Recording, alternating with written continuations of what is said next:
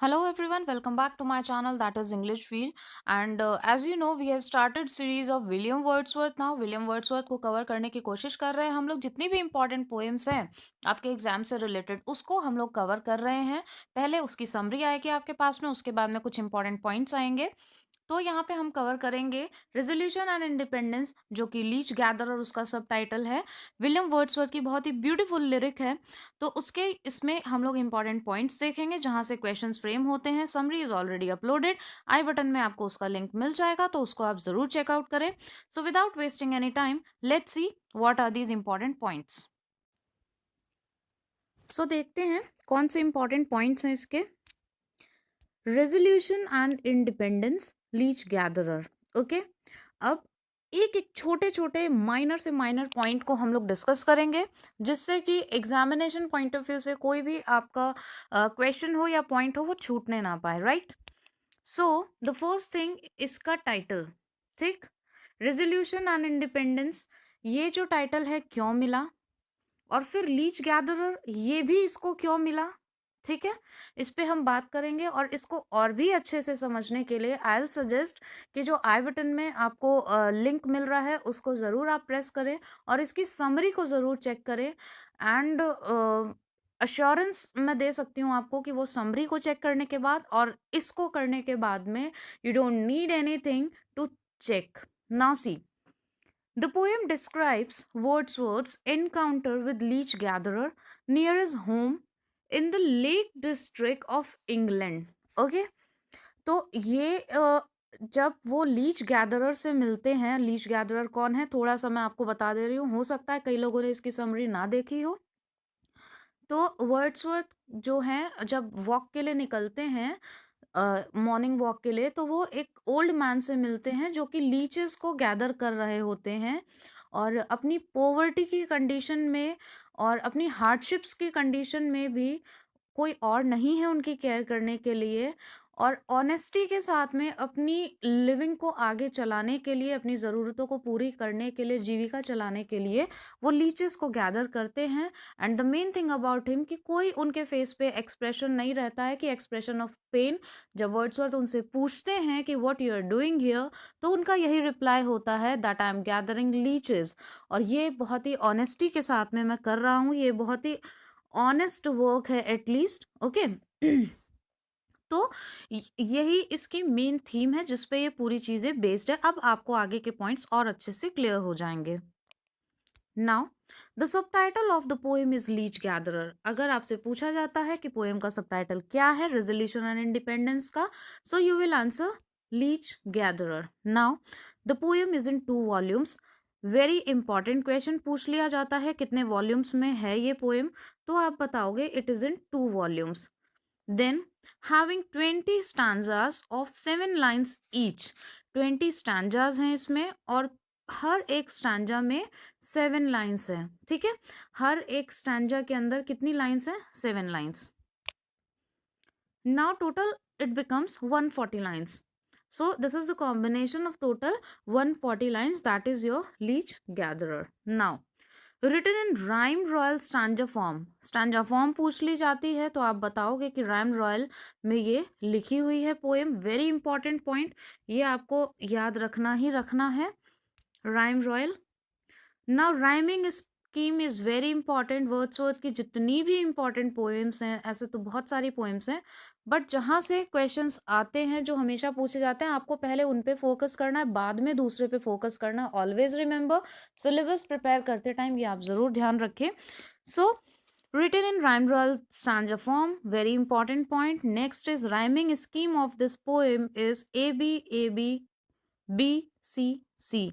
This is the rhyming scheme of this poem. The poem is composed in 1802. Very important point. Compose कब हुई? 1802 में. और publish हुई 1807 में.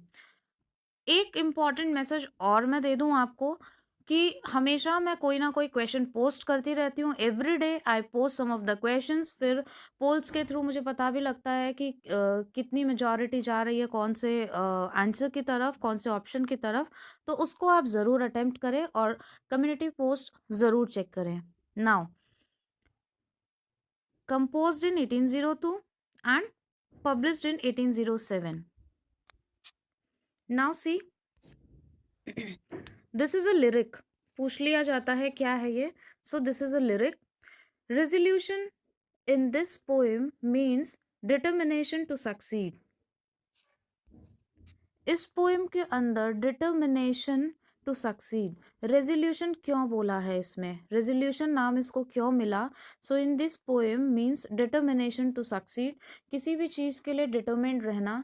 जब पोइट्स जब ये वर्ड्सवर्थ मॉर्निंग वॉक के लिए निकलते हैं और पूरी तरीके से उनका माइंड ऑक्यूपाइड हो जाता है कुछ सैड थॉट्स से, कुछ पेसिमिस्टिक थॉट्स उनके पूरे माइंड को क्या करते हैं, गैदर कर लेते हैं. ये I have tried to make a picture of brain, लेकिन मैं फेल हो गई. ड्राइंग मेरी बहुत अच्छी नहीं है. तो जो ब्रेन उनका था, जो थॉट्स उनके माइंड में चल रहे थे वो पेसिमिस्टिक थॉट्स थे. और उसमें जब उनका एनकाउंटर होता है लीच गैदरर से, एक ओल्ड मैन से, ठीक है, तो उनको ये फील होता है कि इतनी डिटर्मिनेशन के साथ even in such kind of hardships the old man is so determined about his life. ठीक है, उन्होंने गिव अप नहीं किया. तो वहाँ से उनको एक इंस्पिरेशनल सोर्स मिलता है. इन ओपनिंग स्टैंजास क्या बोलते हैं इस पोएम के. In opening stanzas Wordsworth tells how he is wandering in the moods during sunrise enjoying the beauty of nature. Actually जो ओपनिंग होती है स्टांजा की, उससे पहले काफ़ी स्टॉर्म आया हुआ रहता है, बारिश आई हुई रहती है, काफ़ी तेज जो थंडर स्टॉर्म, लाइटनिंग, ये सारा सीन रहता है, बिजली विजली कड़कती है. तो उसके बाद की जो मॉर्निंग होती है, जब वो मॉर्निंग वॉक के लिए निकलते हैं, and that time whatever he observes in the nature, as he is a nature poet, तो जो भी चीज़ें वो ऑब्जर्व करते हैं वो उसे वर्ड्सवर्थ को एक प्लेजर प्रोवाइड करती है, एक डिलाइटफुल मूड से वो पूरी तरीके से फुलफिल हो जाता है उनका ब्रेन.